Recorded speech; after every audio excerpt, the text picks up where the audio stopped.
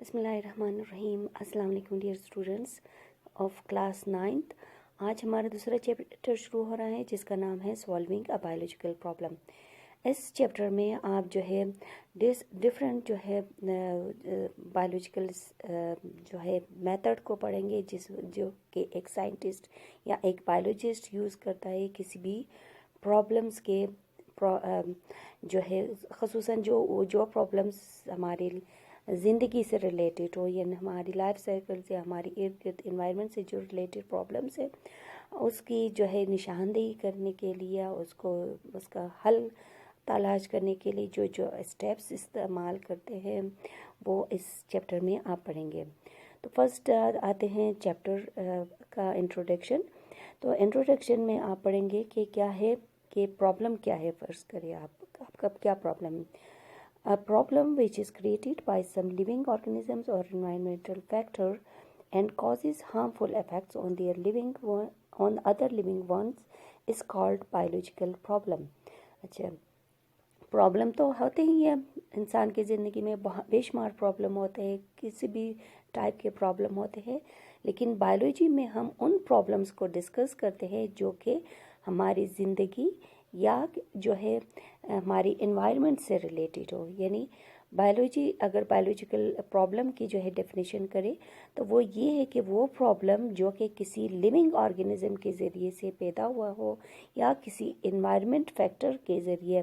Environmental factor کیا ہوتی ہے یہ میں نے آپ کو فرسٹ چیپٹر میں بھی سمجھا دیا تھا کہ انوائرمنٹل فیکٹر میں سب سے پہلے ایئر، ٹیمپریچر، واٹر، لائٹ، یہ اور دوسری جو ہے چیزیں آ جاتی ہے جو کہ ہمارے ایون ہمارا جو جغرافیکل کنڈیشن ہے، جغرافیکل ریجن، وہ بھی انوائرمنٹل فیکٹر میں آتے ہیں۔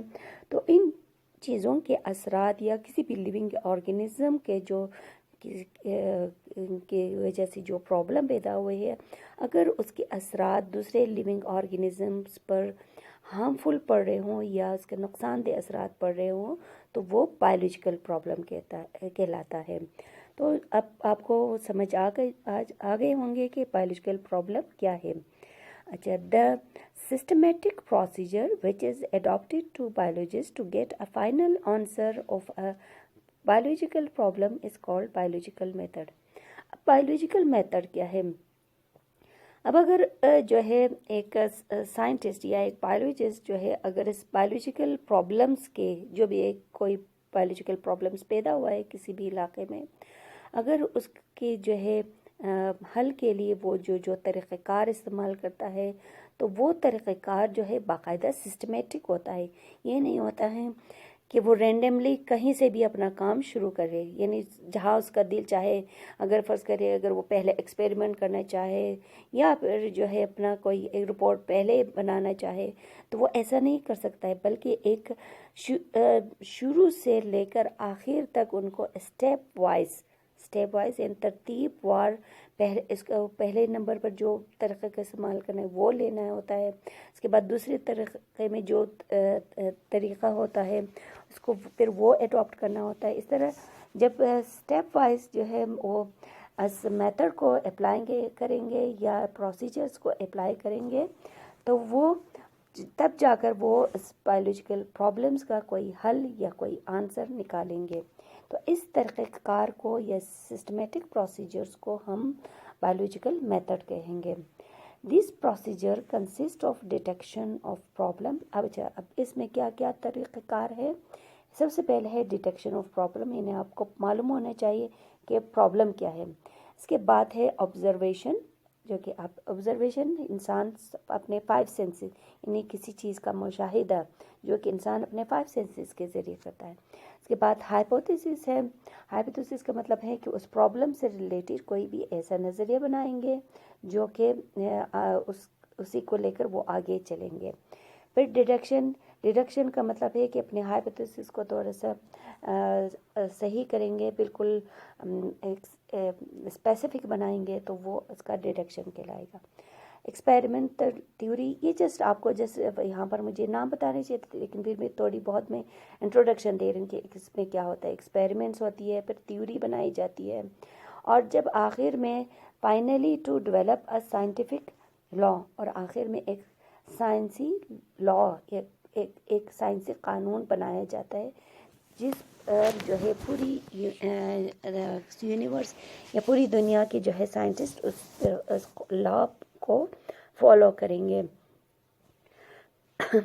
اچھا، in this chapter we will study about the details of biological method and about the reasons and dispersal of malaria by using biological method. تو آپ اس لیسن میں اس biological methods کے جو ہے تفصیل سے پڑھیں گے اور ملیریا کے بارے میں جانیں گے کہ ملیریا کیوں ہوتا ہے اور کیسے پھیلتا ہے، اور یہ باقاعدہ ہم biological method کے ذریعے اس کو سمجھیں گے. نمبر 1 ہے کہ بایولوجیکل میتھڈ میں جو اسٹیپس ہوتا ہے وہ کیا ہوتا ہے. پہلا number per detection of biological problem. پہلے بھی بتا دیا تھا کہ ڈیٹیکشن کا مطلب ہوتا ہے معلوم کرنا، فائنڈ آؤٹ کرنا کسی بھی بایولوجیکل پرابلم کا. یعنی اگر آپ کو ریسرچ کرنی ہے تو پہلے آپ کو اپنے آس پاس جو ہے یہ دیکھنی ہوگی کہ جو ہے کوئی کیا پرابلم ہے جو کہ بایولوجی سے ریلیٹڈ ہو. تو جب آپ بایولوجی سے ریلیٹڈ کوئی پرابلم تلاش کریں گے تو اس کا مطلب ہے کہ آپ اپنا فرسٹ اسٹیپ اسٹارٹ کیا ہے، یعنی detection of problem, biological problem والا اسٹیپس آپ نے اسٹارٹ کیا ہے. تو when biologists come across a biological problem then they detect it carefully to avoid any confusion. اچھا، پرابلمس کی ڈیٹیکشن کیوں ضروری ہے؟ یہ اس لیے بھی ضروری ہے تاکہ جو ہے آپ کو مطلب بالکل کلیئر ایک اسپیسیفک پرابلم آپ کے سامنے موجود ہو کہ ہاں یہ پرابلم ہے، آپ نے اسی کو لے کر آگے چلنا ہے، اس پر جو ہے آپ نے ریسرچ کرنا ہے، اس پرابلم میں کو آپ نے گڑبڑ نہیں کرنا ہے، مکس اپ نہیں کرنا ہے کسی دوسرے اور پرابلم سے. جب آپ کا پرابلم اسپیسیفک نہیں ہوگا، کسی دوسرے پرابلم سے بالکل الگ نہیں ہوگا، تو آپ ایک کنفیوژن کا شکار ہو جائیں گے اور جو ہے آپ اپنا کام کیئرفلی سے نہیں کر سکیں گے. اس کے بعد ہے the biologist also used 5 senses to know the nature of problem. تو 5 senses کیا ہوتی ہے؟ یعنی بایولوجسٹ اپنا 5 senses جو کہ یہاں پر آپ کی بک میں اس کی اسپیلنگ غلط ہے، SENSES ہوتا ہے اس کی اسپیلنگ، تو آپ نے اس کو صحیح کرنا ہے، CES نہیں ہوتا ہے آخر میں.